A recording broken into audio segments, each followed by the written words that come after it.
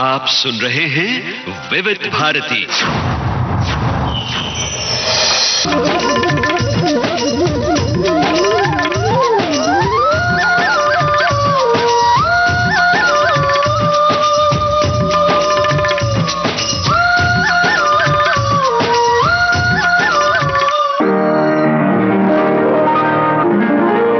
आज के मेहमान। अथ स्वागतम् शुभ स्वागतम् अथ स्वागतम् शुभ स्वागतम् आनन्द मङ्गल मङ्गलम् आनन्द मङ्गल मङ्गलम् हितप्रियं भारत भारतम् हितप्रियं भारत भारतम् स्वागतम् शुभ स्वागतम् अथ स्वागतम् शुभ स्वागतम्।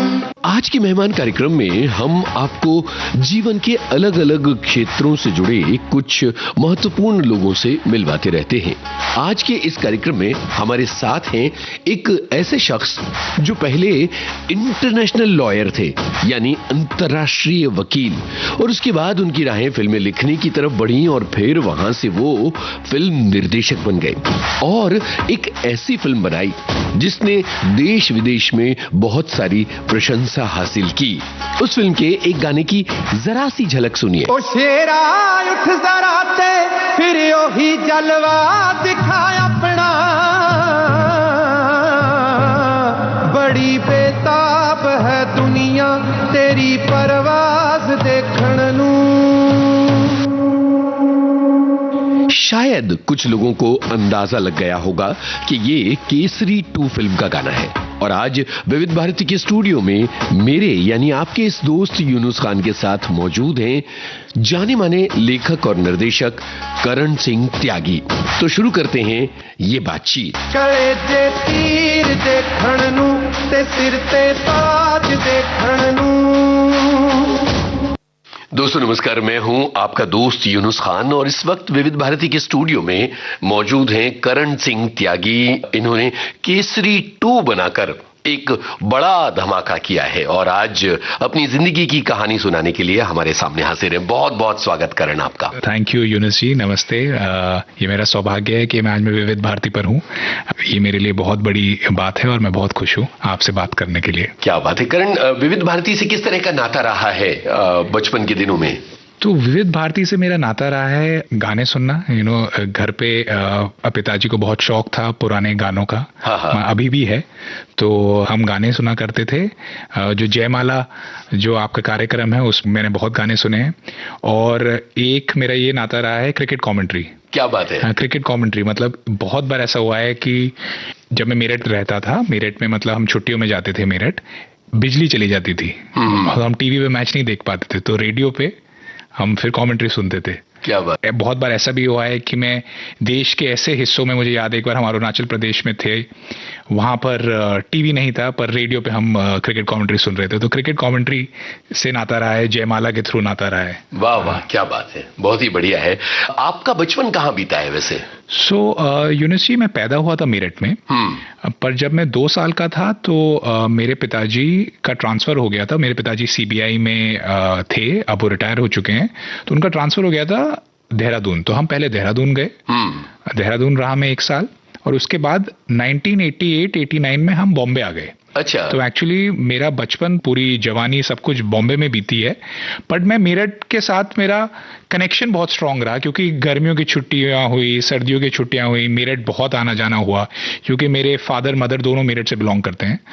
तो मैं कह सकता हूं कि मैं रहा बॉम्बे में हूं पर मेरठ ने कभी छोड़ा नहीं मुझे। अच्छा, और मुंबई जो है वो आपकी एक तरह से पढ़ने का और आपका पलने बढ़ने का शहर रहा है। जी बिल्कुल। तो पिताजी यहीं नौकरी करते रहे या आप लोगों को उन्होंने यहाँ सेटल कर दिया? पिताजी यहीं नौकरी करते रहे क्योंकि 93 ब्लास्ट केस के वो चीफ इन्वेस्टिगेटिंग ऑफिसर थे। जो बॉम्बे में बॉम्ब ब्लास्ट हुए थे उसके वो मेन ऑफिसर थे।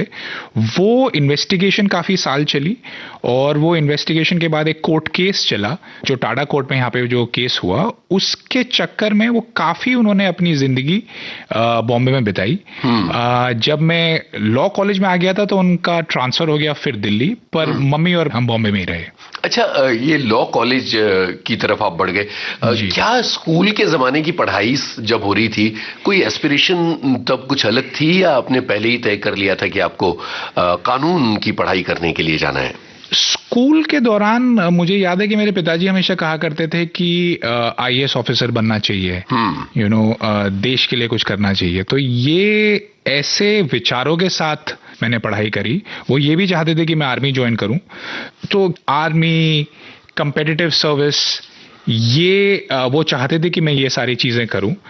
और 12th के दौरान मेरा एक शिफ्ट आया कि मुझे लगा कि मैं एक इंजीनियर भी बन सकता हूं, इसलिए मैंने 11th-12th में इलेक्ट्रॉनिक्स एक सब्जेक्ट था वो चूज किया। पर जैसे ही 12th के एग्जाम खत्म हुए, मुझे याद है कि मेरा अपने फादर के साथ एक कॉन्वर्सेशन हुआ जहां पे उन्होंने मुझे समझाया कि अगर एक इंसान लॉ करता है तो वो सब चीज करने के लिए तैयार होता है, क्योंकि लॉ आपको एक ऐसा फाउंडेशन दे देता है, एक ऐसा स्ट्रक्चर दे देता है आपकी जिंदगी में कि आप कुछ भी कर सकते हो। और क्योंकि फादर सीबीआई में थे, क्योंकि हमारे घर में बहुत सारे कॉन्वर्सेशंस लॉ के आसपास रिवॉल्व हुआ करते थे, इस वजह से मैंने डिसाइड किया कि मैं लॉ की पढ़ाई करूं। और मैं government law college Churchgate में जो कॉलेज है वहां गया, वहां पे मैंने 5 ईयर लॉ कोर्स में दाखिला लिया। और एक्चुअली मैं अपने आप को काफी लकी समझता हूं कि मैंने लॉ की पढ़ाई करी, क्योंकि मुझे लगता है कि जैसे मेरे पिताजी ने मुझे समझाया, लॉ आपको एक स्ट्रक्चर देता है, आपको एक आर्ग्यूमेंट करने की आप में को एक क्षमता देता है। और जिंदगी में अगर आपको आगे बढ़ना है तो आपको अपने विचार आगे रखने हैं और आपको दूसरे आदमी को कन्विंस करना आना चाहिए। बिल्कुल। तो 5 साल लॉ की पढ़ाई, और हमने तो सुना है कि बहुत आसान नहीं होता, इतनी सारी चीजें याद करनी होती हैं। जी, वो तो लॉ हो या जो आप किसी भी चीज की पढ़ाई करो, अगर आप अच्छे से पढ़ाई करते हो तो पढ़ाई तो मुश्किल होती है। बट हाँ, वो पर अब मैं अपने अगर उन दिनों को याद करता हूँ तो मतलब हाँ, कठिनाई थी, पढ़ाई बहुत थी, पर मजा भी बहुत आया। अच्छा, यहाँ एक गाना सुनते हैं। पिघला दे जंजीरें, बना उनकी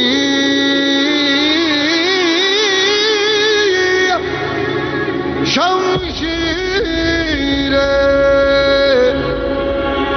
कर हर मैदान फतेह बंदिया, कर हर मैदान फतेह।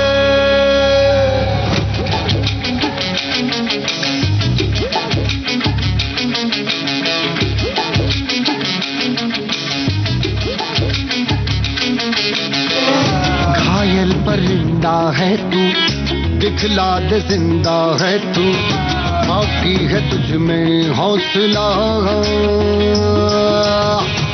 तेरे जुनू के आगे अंबर पनाहे मांगे, कर डाले तू जो फैसला।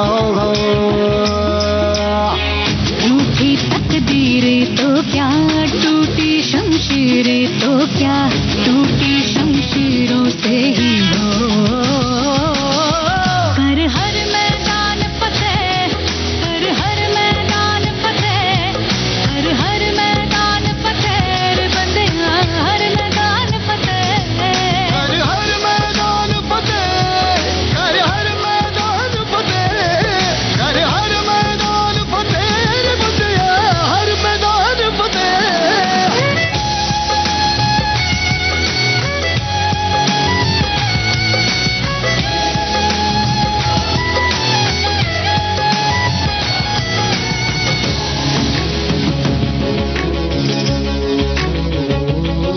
इन गर्दिशों के बादलों पे चढ़ के, वक्त का गिरेबा पकड़ के, पूछना है जीत का पता, जीत का पता। इन मुट्ठियों में चांद तारे भर के, आसमां की हद से गुजर के, हो जा तू भीड़ से जुदा, भीड़ से जुदा, भीड़ से जुदा। कहने को चल रहा है तू, लोहे का चल रहा है तू, टूटी शमशीरों से ही हो।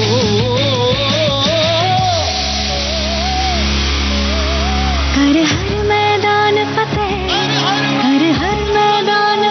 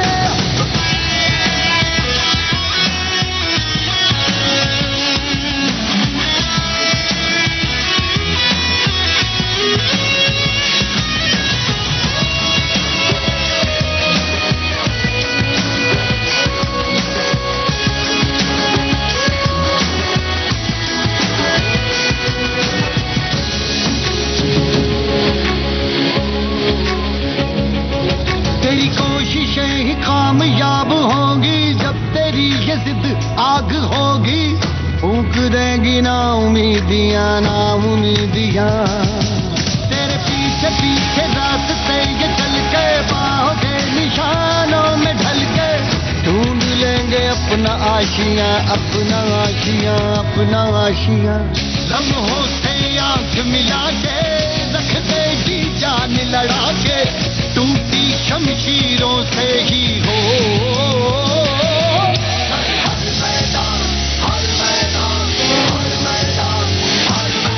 कर हर मैदान फतेह कर हर मैदान फतेह कर हर मैदान फतेह बंदिया हर मैदान फतेह कर हर मैदान फतेह कर हर मैदान फतेह कर हर मैदान फतेह बंदिया हर मैदान फतेह कर हर मैदान फतेह कर हर मैदान फतेह कर हर मैदान फतेह बंदिया हर मैदान फतेह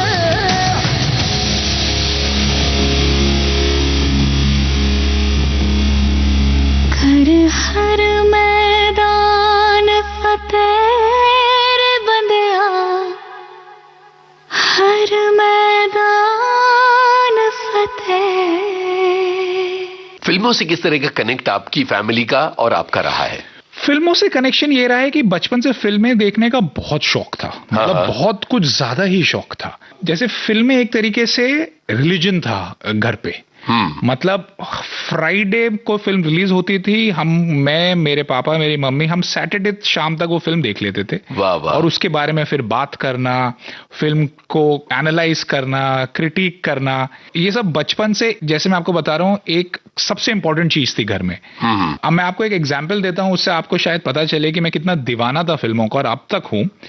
कि अगर मेरा अगले दिन एग्जाम भी है तो भी हम अगर कोई अच्छी फिल्म रिलीज हुई है तो हम फिल्म देखने जाते थे और मैं टेक्स्ट बुक लेके सिनेमा हॉल में जाता था। अरे बाप और रे। जब इंटरवल में लाइट ऑन होती थी तो अपना कोर्स रिवाइज करता था और फिर टेक्स्ट बुक वहीं बंद कर देता था। तो इस तरीके का ऑब्सेशन था फिल्मों को लेके। मुझे याद है कि जब, बहुत पुरानी याद है कि जब न्यूज़पेपर आता था तो मैं न्यूज़पेपर में, मुझे बहुत शौक होता था वो पोस्टर देखना और ये पता करना कि ये फिल्म कहाँ रिलीज हुई है। मुझे इस चक्कर में बॉम्बे के सारे थिएटर्स पता हैं कि मीरा रोड में थिएटर का क्या नाम है, परेल में थिएटर का क्या नाम है, टाउन में कहाँ फिल्म लगी है। तो फिल्में एक ऑब्सेशन था, एक पैशन था। मतलब मैंने इतनी सारी फिल्में इतनी बार देखी हैं, इतनी बार उन्हें स्टडी किया है। तो मतलब जब मैंने पेरेंट्स को ये कहा कि मुझे फिल्म इंडस्ट्री में आना है तो वो बिल्कुल भी शौक नहीं हुआ। जैसे ये बहुत सारी कहानियां हम सुनते हैं कि आपने अपने पेरेंट्स को बताया वो शौक होते हैं, मेरे पेरेंट्स को तो पता था कि हाँ ये तो होना ही था। हाँ, क्या बात है। अच्छा, यहाँ एक गाना सुनते हैं आपकी पसंद का, और जिस दौर की बात करें उस दौर का कोई गाना आपको याद आता हो तो बताइए। ठीक है। मेरे ख्याल से मुझे एक फिल्म बहुत पसंद है, शोले, जो सबको पसंद है। ये दोस्ती हमने सुनते हैं बिल्कुल जी।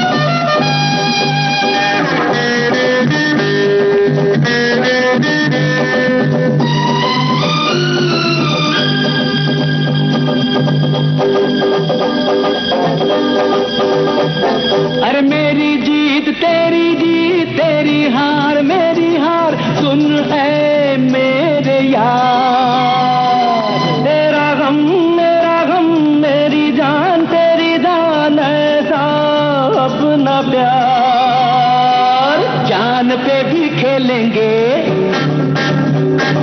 तेरे लिए ले लेंगे,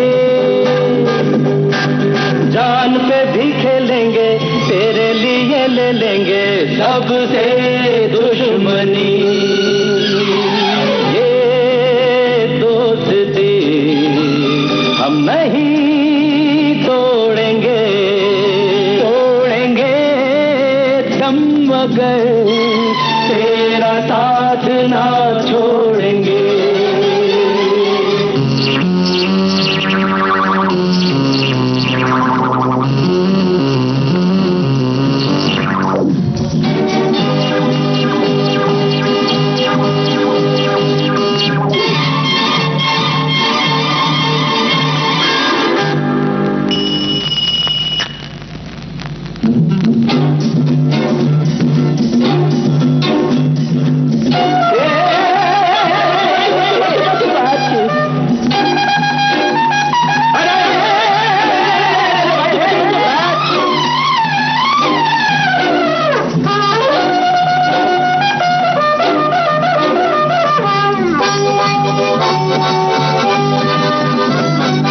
लोगों को आते हैं दो नजर, हम अगर देखो तो नहीं, अरे हो जुदा या खफा ए खुदा है दुआ ऐसा हो नहीं, खाना पीना साथ है, मरना जीना साथ है, खाना पीना साथ है, मरना जीना साथ है, सारी जिंदगी ये दोस्ती हम नहीं तोड़ेंगे, तोड़ेंगे दम मगर तेरा साथ ना छोड़ेंगे, ये दोस्ती हम नहीं तोड़ेंगे, तोड़ेंगे दम मगर तेरा साथ ना छोड़ेंगे।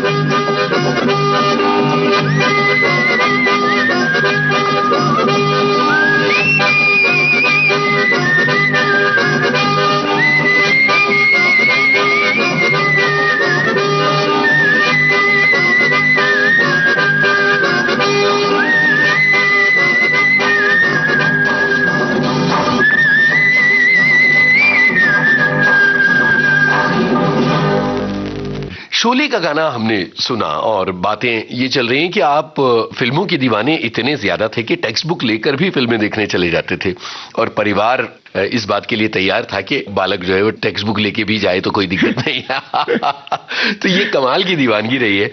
क्या तब कभी सोचा था कि सिनेमा की तरफ रुख करना है या तब ऐसा कोई इरादा नहीं था? देखो, बैक ऑफ द माइंड सब कॉन्शियस में तो हमेशा से था, क्योंकि फिल्में देखना, उनके बारे में बात करना, मतलब ये हमेशा से अंदर एक फीलिंग तो थी कि अगर इसमें कुछ कर पाऊं तो कुछ बहुत बड़ी बात होगी, मतलब बहुत खुश होऊंगा।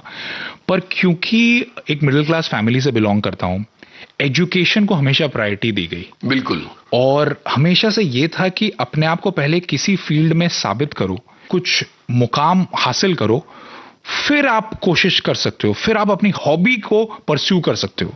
तो मेरे साथ भी वो हुआ कि करना हमेशा से था, पर क्योंकि एजुकेशन प्रायोरिटी रही, अपनी लॉ डिग्री खत्म करी, फिर बाहर गया पढ़ने, हार्वर्ड लॉ स्कूल से मास्टर्स करी और उसके बाद मेरी नौकरी लग गई। तो कभी भी करेज नहीं जुटा पाया कि ये सब छोड़ दूं और कुछ डिफरेंट ट्राई करूं, कुछ बोल्ड ट्राई करूं। तो हाँ, तो अगर आपके सवाल का मैं जवाब दूं कि हाँ, करना हमेशा से था, बट एजुकेशन को मैंने प्रायोरिटी दी। और जब बॉम्बे से पढ़ाई खत्म कर ली आपने और हार्वर्ड जाने की बारी आई, तो ये कितना मुश्किल था वहां के लिए सिलेक्ट होना और पहुंचना? हार्वर्ड जाना मतलब एक ड्रीम था, मतलब अगर आप जिस साल मैं गया था लॉ कोर्स में हम 5 स्टूडेंट्स ऑल ओवर इंडिया से सेलेक्ट हुए थे। केवल 5? तो ये नहीं बहुत बड़ी बात थी और मैं बहुत खुशकिस्मत हूँ कि हार्वर्ड ने मुझे एडमिशन दिया और वो पूरा एक्सपीरियंस मेरे लिए एक लाइफ चेंजिंग एक्सपीरियंस था। जब हम अपने देश से बाहर जाते हैं तो हमारा सामना एक बड़ी दुनिया से होता है, दूसरी तरफ एक अफसोस रहता है कि हम अपने मम्मी पापा को, अपने घर को छोड़ कर जाते हैं। तो वो जो दिन थे हार्वर्ड के शुरुआती दिन, वो किस तरह के थे? एक नई दुनिया का सामना करना और दूसरी तरफ अपनों को मिस करना। नहीं, मैं बहुत मिस करता था मम्मी पापा को। मुझे याद है कि वो वक्त ऐसा था कि जैसे आज तो आप वीडियो कॉल करके 1 सेकंड में आप लोगों से बात कर सकते हो। वो जब मैं गया था, मैं 2009 में गया था, जब वीडियो कॉल्स और व्हाट्सएप जस्ट शुरू हुआ था या इतने अच्छे से जब तक आया नहीं था। तो मुझे याद है कि मैंने एक पहली कॉल करी थी अपने मम्मी पापा को एक कॉलिंग कार्ड लेके एक बूथ से, और मैं रो रहा था क्योंकि मैं उन्हें याद कर रहा था और डुअल फीलिंग्स चल रही थी। मैं उन्हें याद भी कर रहा था और मैं उस कॉल पे रो भी रहा था और मैं उन्हें एक्साइटमेंट से डिस्क्राइब भी कर रहा था कि मैं किस जगह आ गया हूँ। क्या बात है। क्योंकि और मैं आपको उन्हें बता रहा था कि हार्वर्ड में एक जगह है हार्वर्ड स्क्वायर, वो एक एरिया है जहां पे मतलब एक्टिविटीज चलती रहती हैं, म्यूजिक चलता रहता है, पूरे वर्ल्ड से स्टूडेंट्स हैं, वो बात कर रहे हैं, वो मिल रहे हैं, बहुत सारे कैफेज हैं। तो मैं उस जगह खड़ा था, मैं ये भी एक्साइटमेंट में डिस्क्राइब भी कर रहा था और मुझे उनकी याद भी बहुत आ रही थी। यस। तो वो एक बहुत ही ब्यूटीफुल फीलिंग थी। मतलब I place top priority and top emphasis on an experience like this कि आप बाहर जाओ देश से, आप अपने आप को टेस्ट करो इन अ डिफरेंट एनवायरनमेंट, आप लोगों से मिलो। आप मेरे प्रोग्राम में, मेरे LLM प्रोग्राम में जापान, लिसोथो जैसे स्मॉल कंट्री, चाइना, जर्मनी, पूरे वर्ल्ड से स्टूडेंट्स थे। और तो उन सब से मिलना और एक चीज ये देखना कि हम हंसते सेम चीज पे हैं, हम रोते सेम चीज को लेके हैं। जैसे जो एक्सपीरियंस मेरे साथ हो रहा था तो वो बाकी देशों के सबके साथ भी हो रहा था। तो ये एक्चुअली लाइफ चेंजिंग एक्सपीरियंस था और एक्चुअली इसने मुझे एनकरेजमेंट और करेज दी कि मतलब लाइफ में रिस्क लिया जा सकता है।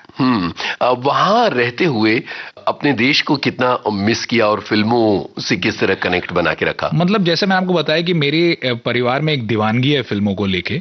अगेन मैं एक एग्जांपल से आपको बताना चाहूंगा कि जब मैं जा रहा था हार्वर्ड, तो मेरी मम्मी ने मुझे एक चीज गिफ्ट दी, वो थी स्वदेश की DVD। वाह वाह वाह। वो थी स्वदेश की DVD। क्या बात है। अगर कभी मन करे कि तुम्हें लगता है कि तुम हमें छोड़ के वहीं रह लोगे और वहीं जिंदगी बिताओगे, ये पिक्चर देख लेना।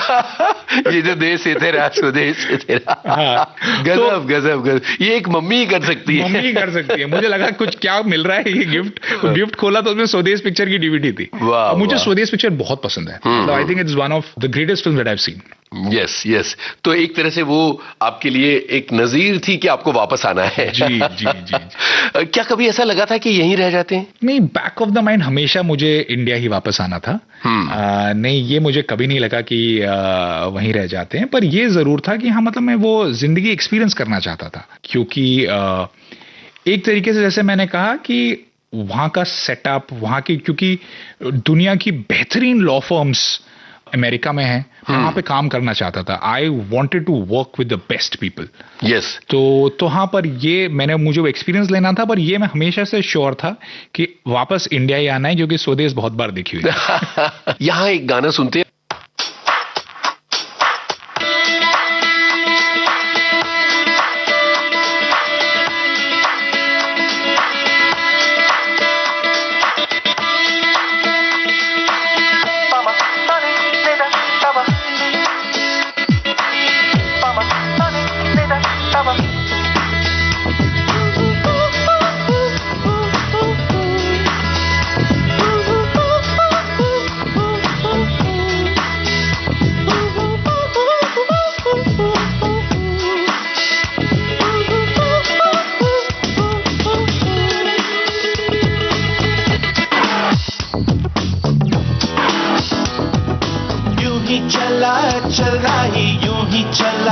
चल रही कितनी हसीन है ये दुनिया।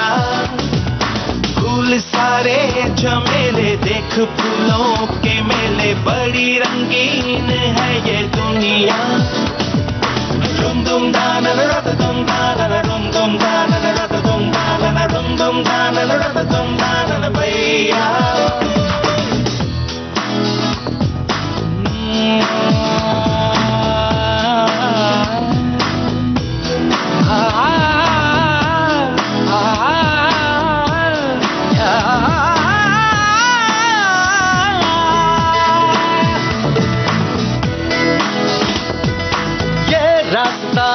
कह रहा अब मुझसे मिलने को है कोई कहीं अब तुझसे ये रास्ता है कह रहा अब मुझसे मिलने को है कोई कहीं अब तुझसे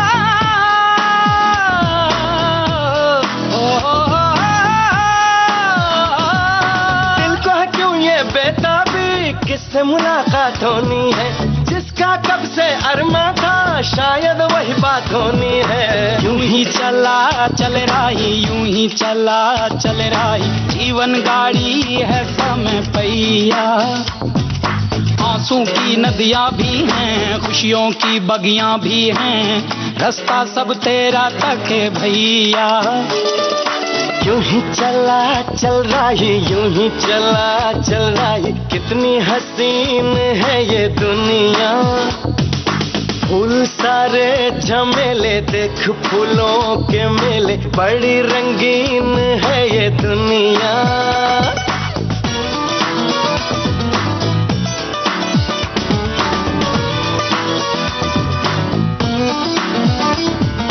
है ना ना है ना ना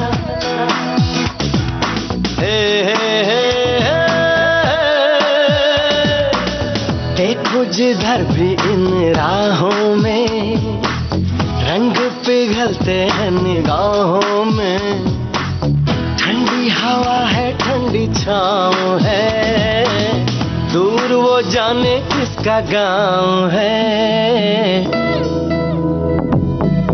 बादल ये कैसा छाया दिल ये कहाँ ले आया सपना ये क्या दिखलाया है मुझको हर सपना सच लगे जो प्रेम मगन जले जो राह तू चले अपने मन की हर पल किसी से मोती ही तू चुने जो तू सदा सुने अपने मन की यूं ही चला चल रही यूं ही चला चल रही कितनी हसीन है ये दुनिया फूल सारे झमेले देख फूलों के मेले बड़ी रंगीन है ये दुनिया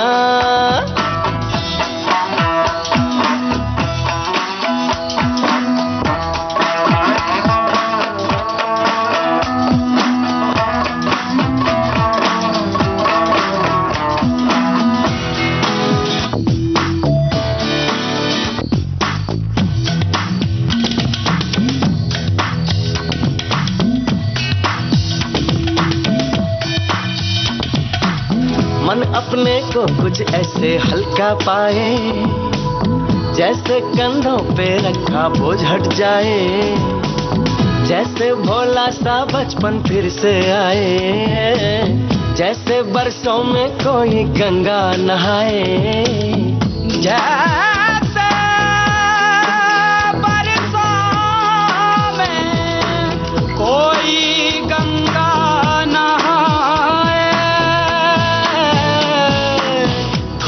गया है ये मन खुल सा गया हर बंधन जीवन अब लगता है पावन मुझको जीवन में प्रीत है होठों पे गीत है बस ये ही जीत है सुन ले राही तू जिस दिशा भी जा तू प्यार ही लुटा तू दीप ही जला सुन ले राही यूं ही चला चल रही यूं ही चला चल रही कौन ये मुझको पुकारे नदियाँ पहाड़ झील और झरने जंगल और वादी इनमें है किसके इशारे यूं ही चला चल रही यूं ही चला चल रही कितनी हसीन है ये दुनिया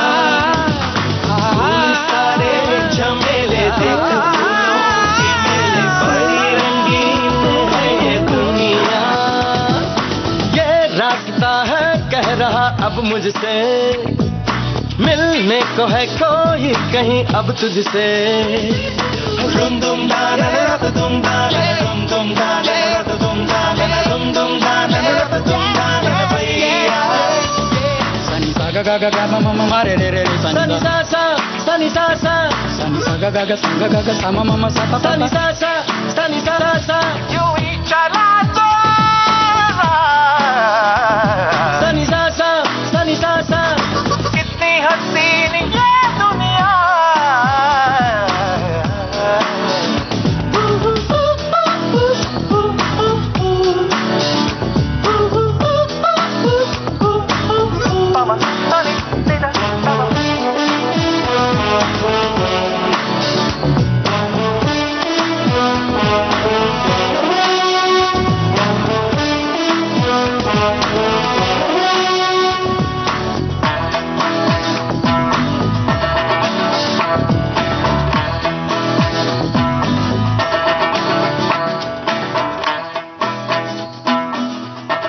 क्या बात है। अच्छा, जिन दिनों में आप हार्वर्ड में रहे और एलएलएम की पढ़ाई करते रहे, तो जाहिर है कि वो बहुत ज्यादा डिमांडिंग काम था एलएलएम हार्वर्ड से करना। सबसे बड़ी चीज उस पूरे दौर में आपने क्या सीखी हार्वर्ड के अपने प्रवास के दौरान? सबसे बड़ी चीज मैंने सीखी, आपको पहले भी एक चीज बता रहा था कि आप अपनी बात दूसरे तक पहुंचाना, ये एक्चुअली बोलने में बहुत सिंपल और इजी चीज लगती है, पर एक्चुअली ये बहुत इंपॉर्टेंट चीज है कि आप किस तरीके से आप आर्ग्यू करते हो। और मेरा आर्ग्यू करने का मतलब ये नहीं है कि आप एक गंदी तरीके से डिबेट करो। आर्ग्यू करने का मतलब है कि आप अपना पॉइंट कैसे ऐसे सामने रखो कि दूसरा आदमी आपका पॉइंट समझे। वाह। तो ये बहुत सिंपल चीज है, पर मैंने हार्वर्ड में सबसे यही चीज सीखी कि आप जिंदगी को नेगोशिएट कैसे करते हो। जिंदगी में आपके बहुत चैलेंजेस आते हैं, how do you navigate your way through life. अगर कोई भी दिक्कत है, आपको वो दिक्कत को एक स्ट्रक्चर्ड तरीके से उस प्रॉब्लम को समझना है, उसे एनालाइज करना है, फिर उसे सॉल्व करना है। मतलब मैंने टेक्निकल नॉलेज बहुत गेन करी लॉ में, पर सबसे इंपॉर्टेंट जो स्किल है वो ये सॉफ्ट स्किल है of delivering your vision, of communicating your vision. वाह। दुनिया भर के लोग आपके साथ थे, आपने बताया कि अलग अलग देशों के स्टूडेंट वहां पर थे, तो उनके साथ कोलैब करने में, उनके साथ पढ़ना या घूमना, वो किस तरह का अनुभव था? मतलब बहुत ही बेहतरीन एक्सपीरियंस था। मतलब हमने बहुत सारी फिल्में देखी हैं। मुझे याद है कि मुझे 2 फिल्म एक्सपीरियंसेस याद आ रहे हैं। एक मैंने फिल्म देखी थी माय नेम इज खान। वाह वाह। और ये मतलब अगेन मैं अपने आप को लकी और प्रिविलेज समझता हूँ कि मैंने फिर करण जौहर जी के साथ काम भी किया ऑन माय फर्स्ट फिल्म। और my name is Khan release हुई थी, बर्फ पड़ रही थी, मैंने अपने क्लास के स्टूडेंट्स को कन्विंस किया कि हमें ये फिल्म देखनी है। और वो जर्मनी के स्टूडेंट्स थे, यूके के थे, हम सब स्नो में, हमने बहुत 1-1.5 किलोमीटर हम चले। एक एल वाइफ करके बॉस्टन के पास एक जगह है, वहां पे हमने एक थिएटर ढूंढा, हमने वहां फिल्म देखी। मतलब I was blown over by the film. मुझे अभी तक याद है कि मेरे साथ जो मेरे स्टूडेंट्स गए थे, लाइक एक जर्मनी से एक लड़की थी, वो भी फूट फूट के रो रही थी उस पिक्चर में।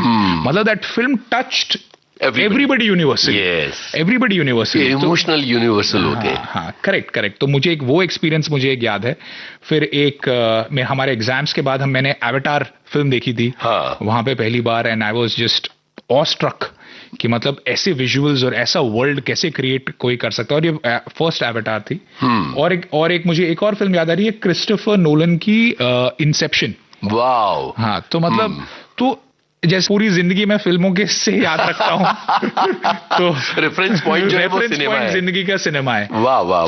तो हाँ, ये एक्सपीरियंसेस मुझे याद हैं। और मतलब it was a great time. और एक मेंबर था क्लब का which was about Japanese movies. उन फिल्मों से बहुत सीखा और बहुत सारे लोगों से मिला। मतलब चलते चलते एक दिन हार्वर्ड स्क्वायर में अमर्त्य सेन जी से मुलाकात हुई, क्योंकि वो वहां पे पढ़ाते थे, वो at the Harvard business school वो पढ़ाते थे। तो उनसे नोबेल लॉरेट है। हाँ जी, उनसे बात करी।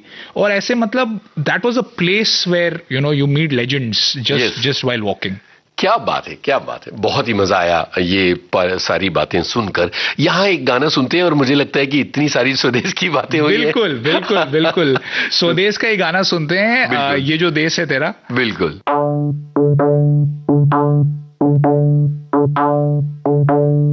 हे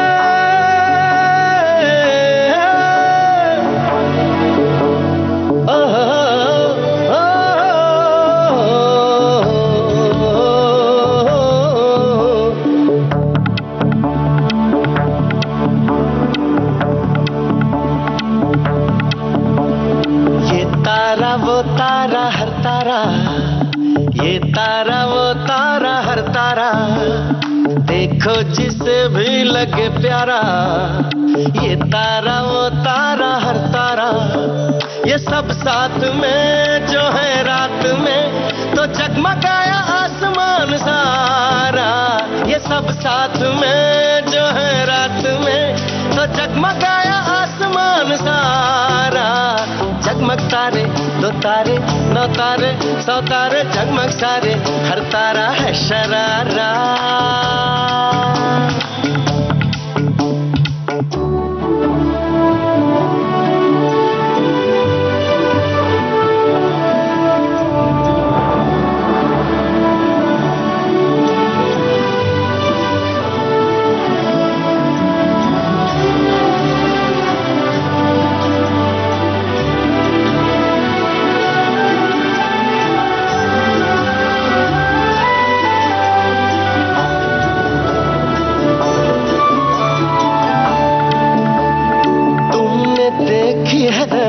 तो बोलो रंग कितने हैं, 7 रंग कहने को फिर भी संग कितने हैं। समझो सबसे पहले तो रंग होते अकेले तो इंद्रधनुष बनता ही नहीं, एक न हम हो पाए तो अन्याय से लड़ने को होगी कोई जनता ही नहीं, फिर न कहना निर्बल है क्यों हारा।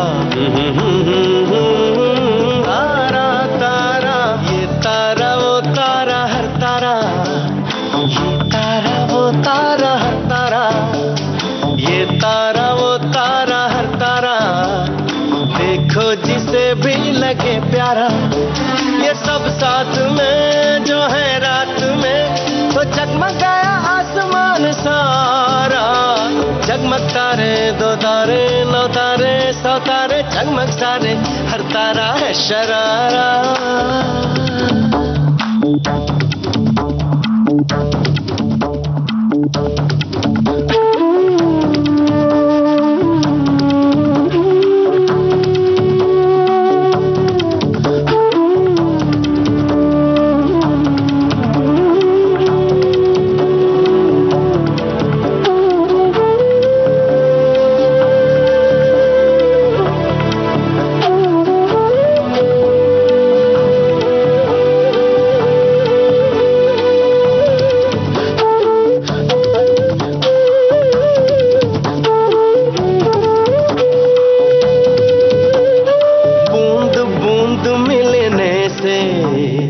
बनता एक दरिया है, बूंद बूंद सागर है, वरना ये सागर क्या है। समझो इस पहेली को बूंद हो अकेली तो एक बूंद जैसे कुछ भी नहीं, हम औरों को छोड़े तो सबसे ही मोड़े तो तन्हा रह न जाए देखो हम कहीं, क्यों ना बने मिलके हम धारा। तारा तारा ये तारा वो तारा तारा, ये तारा वो तारा तारा, देखो जिसे भी लगे प्यारा, ये तारा वो तारा तारा, ये सब साथ में जो है रात में तो जगमगाया आसमान सारा, जगमग तारे दो तारे नौ तारे सौ तारे जगमग सारे, हर तारा है शरारा। हे हे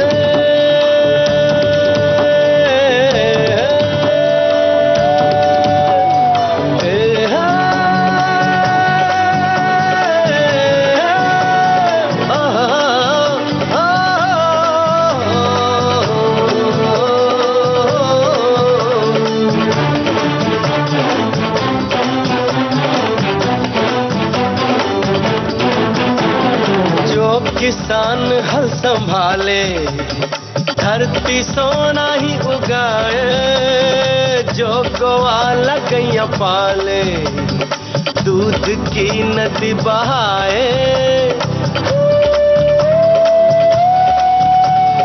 जो लोहार लोहा ढाले हर औजार डल जाए, मिट्टी जो कुम्हार उठा ले, मिट्टी प्याला बन जाए।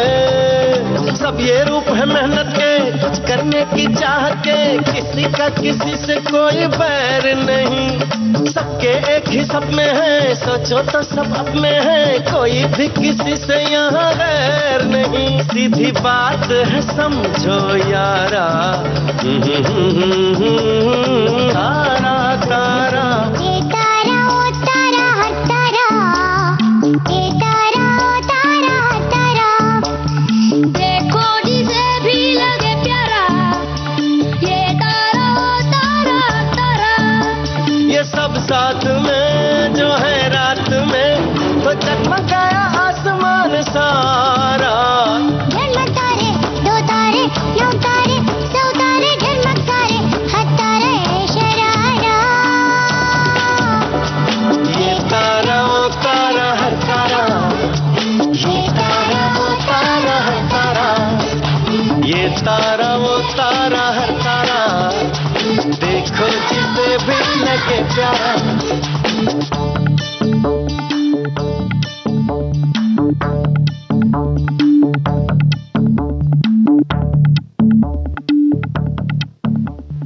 करण, हार्वर्ड की इतनी सारी बातें हुई, अब मुझे लगता है कि यहाँ वो बात कर ली जाए जब आप हार्वर्ड छोड़कर आगे बढ़ रहे थे। जी।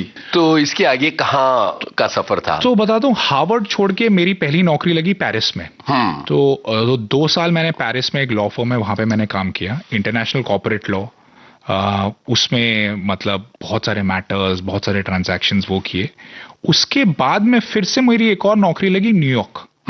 तो एक तरफ यूरोप आ गए, फिर वापस अमेरिका फिर चले वापस कॉन्टिनेंट बदल रहे। हाँ, तो वापस मैं फिर न्यूयॉर्क में काम किया मैंने। न्यूयॉर्क वर्ल्ड का one of the best cities of the world, वहां का एक्सपीरियंस अनपैरेलल्ड। तो वहां पे 2 साल काम किया, और फिर एक वक्त ऐसा आया कि एक डिसाइड करने का वक्त आया कि अब क्या किया जाए, लॉ फील्ड में आगे बढ़ा जाए या जो एक हमेशा से एक हॉबी, एक पैशन रहा है, उसमें कुछ ट्राई किया जाए।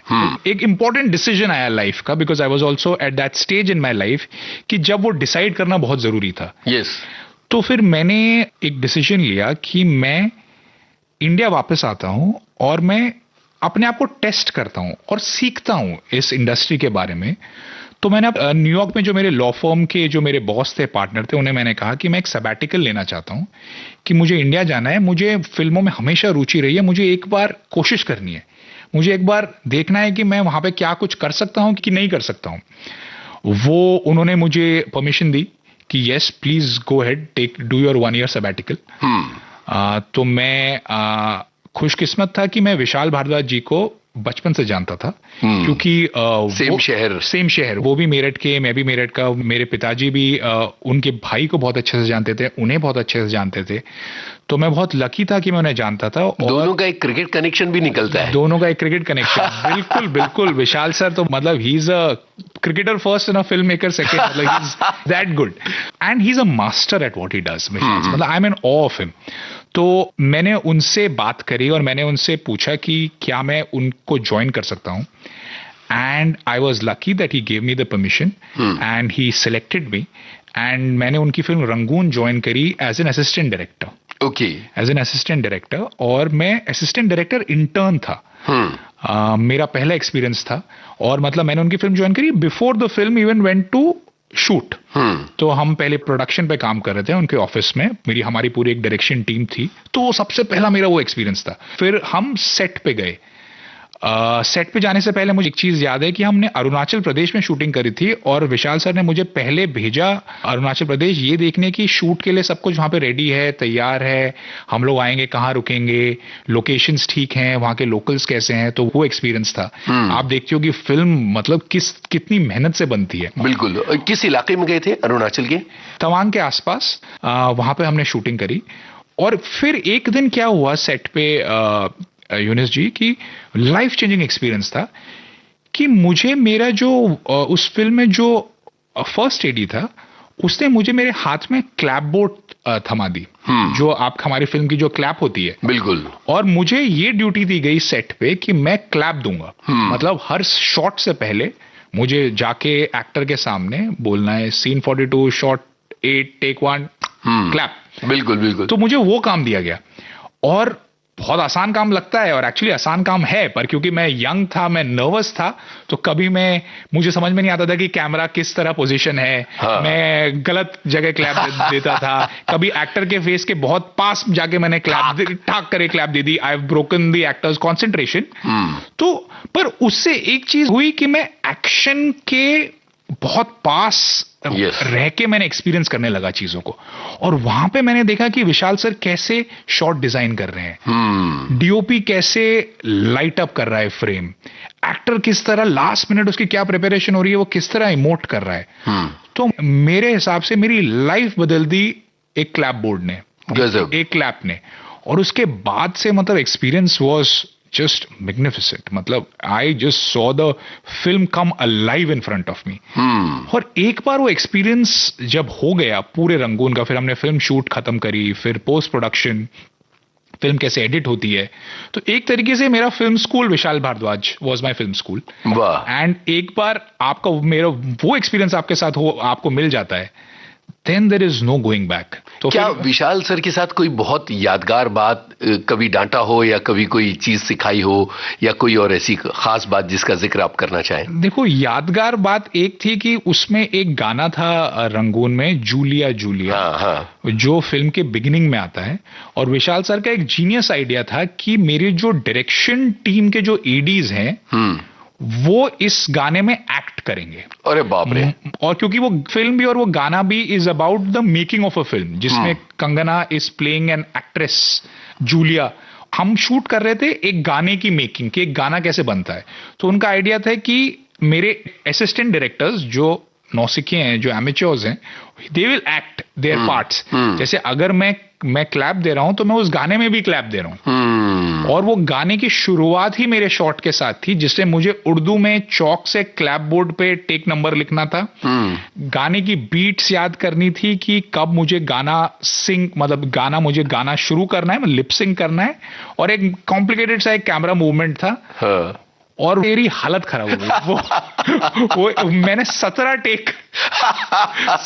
टेक लगे हैं वो एक शॉट ओके होने में। और मुझे लगता है अभी तक, मतलब मैं जो ये भी, और एंड तक मुझे लगता है मैं वो कर पाया ठीक से, but he was very patient, और वो चीज मैं कभी नहीं भूलूंगा। और वो अभी भी जब भी टाइटल आता है फिल्म का रंगून, उसके बाद वही शॉट आता है।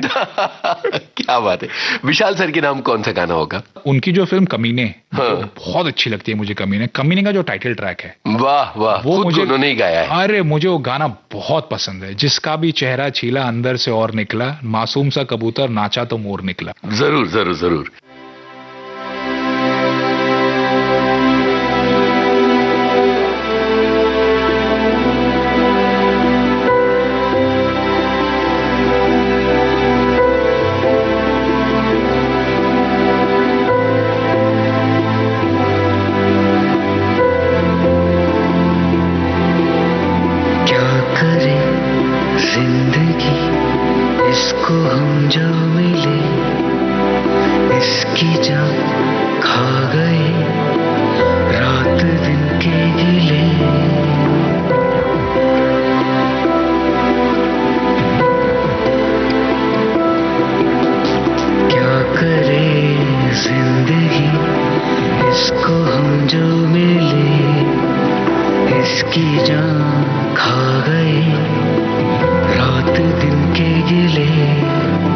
रात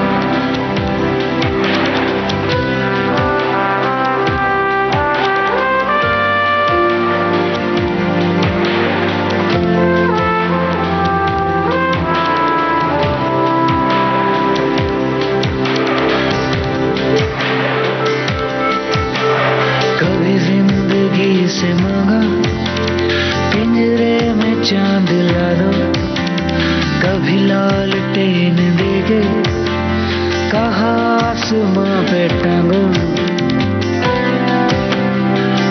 हो कभी जिंदगी से मांगा, पिंजरे में चांद ला दो, कभी लालटेन देगे, कहा आसमां पे टांगो। जीने के सब करीने थे हमेशा से कमीने, कमीने, कमीने, कमीने, कमीने, मेरी दास्तां कमीने, मेरे रास्ते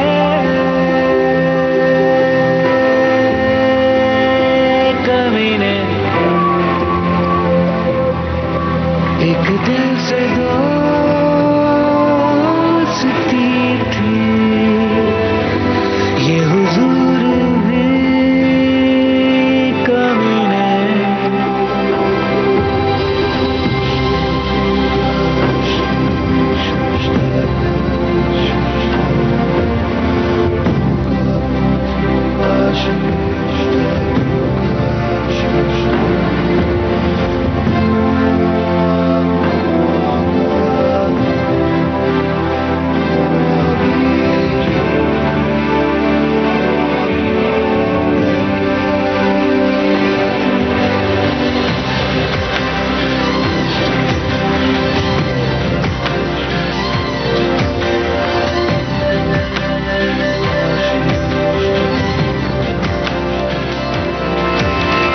जिसका भी चेहरा छीला, अंदर से और निकला, मासूम सा कबूतर, नाचा तो मोर निकला।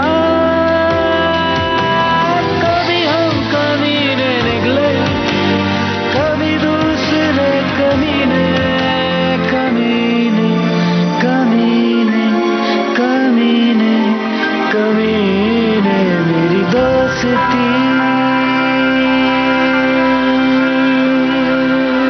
कमीने, मेरे यार भी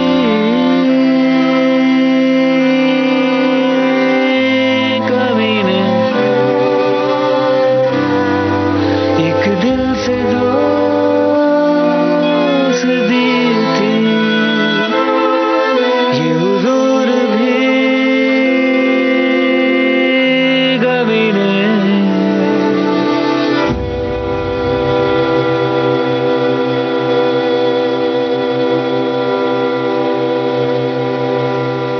कमीने फिल्म का ये गाना सुना और विशाल भारद्वाज की ये नशीली आवाज हमने सुनी जो हमेशा ही दिल के भीतर तक चली जाती है।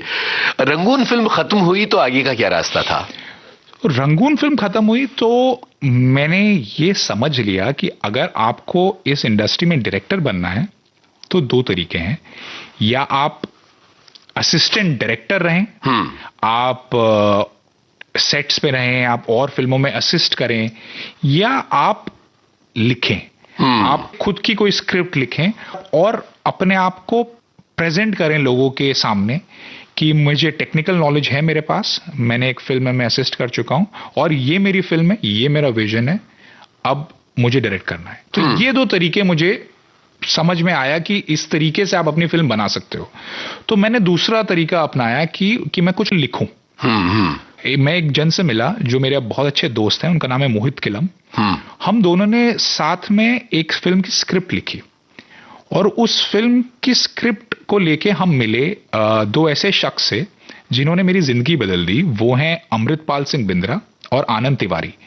तो ये दोनों लियो मीडिया कलेक्टिव नाम की एक प्रोडक्शन हाउस है, ये उसे चलाते हैं, ये उसके फाउंडर्स हैं। तो उन्हें ये स्क्रिप्ट बहुत अच्छी लगी और ये भी यंग प्रोड्यूसर्स हैं, उनकी एनर्जी मुझे बहुत अच्छी लगी, उन्हें मेरी स्क्रिप्ट बहुत अच्छी लगी। अब वो एक दूसरा कोई रीजन है कि वो स्क्रिप्ट कभी बनी नहीं, पर उस स्क्रिप्ट की वजह से मैं उनके साथ जुड़ा। वो वाली स्क्रिप्ट लेके हम धर्मा प्रोडक्शंस भी गए, क्योंकि वो एक लियो मीडिया और धर्मा प्रोडक्शंस की को प्रोडक्शन फिल्म होने वाली थी। करण जौहर से मुलाकात हुई, जो एक्सट्रीमली एनकरेजिंग, एक्सट्रीमली पॉजिटिव, एक तरीके से मतलब उन्होंने इतना बैक किया, इतना उस स्क्रिप्ट को उन्होंने पसंद किया कि मुझे बहुत कॉन्फिडेंस मिला। तो वो फिल्म वो लिखने की वजह से मेरी मुलाकात हुई अमृत से, करण से। उसके बाद मैंने अमृत के साथ एक तरीके से परमानेंट काम करना शुरू किया। एक शो है Amazon प्राइम पे आता है, बंदिश बैंडिट्स, वो म्यूजिक, क्लासिकल म्यूजिक पे ही एक वो शो है। उसका सीजन 2 लिखा मैंने, जो आनंद ने डायरेक्ट किया। एक शो जियो पे आया था, उसका नाम है कालकूट, उसमें विजय वर्मा, श्वेता त्रिपाठी, उस शो का मैं शो रनर था और वो शो भी मैंने लिखा। वो हमारे सुनने वालों को शो रनर क्या होता है ये बताइए। एक्चुअली शो रनर कॉन्सेप्ट है, वो आता है अमेरिका से। अमेरिका में क्या होता है कि डायरेक्टर बदलते रहते हैं शोज के, सीजन्स के, पर शो रनर कंसिस्टेंट रहता है। शो रनर वो है कि जिसका क्रिएटिव विजन एक जो है, और वही क्रिएटिव विजन वो बताता रहता है डायरेक्टर्स को, वो ट्रांसलेट करता है, वो एक तरीके से रिस्पॉन्सिबल है प्रोड्यूसर और डायरेक्टर के बीच में तालमेल जो बनाए रखता है, वो क्रू को इकट्ठा करता है, वो डायरेक्टर ऑफ फोटोग्राफी को लाता है, वो प्रोडक्शन डिजाइनर को लाता है। तो ये एक तरीके से शो रनर का वो काम है। तो मेरा काम एक्चुअली पर बहुत आसान हो गया था, क्योंकि हमारे पास डायरेक्टर बहुत अच्छे थे। सुमित सक्सेना, उन्होंने ये शो लिखा और उन्होंने ये शो डायरेक्ट किया। वो कमाल के एक टैलेंट हैं। तो मैंने वो शो पे काम किया अमृत के साथ। और फिर मुझे याद है पैंडेमिक में मेरी एक कॉलीग हैं आत्मिका, उन्होंने मुझे एक किताब के बारे में बताया, case that shook the empire. मैंने वो किताब पढ़ी और वो किताब को फिर मैंने अडैप्ट किया एज केसरी चैप्टर 2। वो फिर मैंने वो स्क्रिप्ट लिखी। जाने माने लेखक निर्देशक करण सिंह त्यागी से अपने इस दोस्त यूनुस खान की बातचीत का पहला भाग अभी आपने सुना। रिकॉर्डिंग इंजीनियर किरण बंग, संपादन सहयोग काजल भदरगी, प्रस्तुतकर्ता जुबैर खान। इस कार्यक्रम का अगला भाग अगले हफ्ते आज के मेहमान कार्यक्रम में। आज के मेहमान।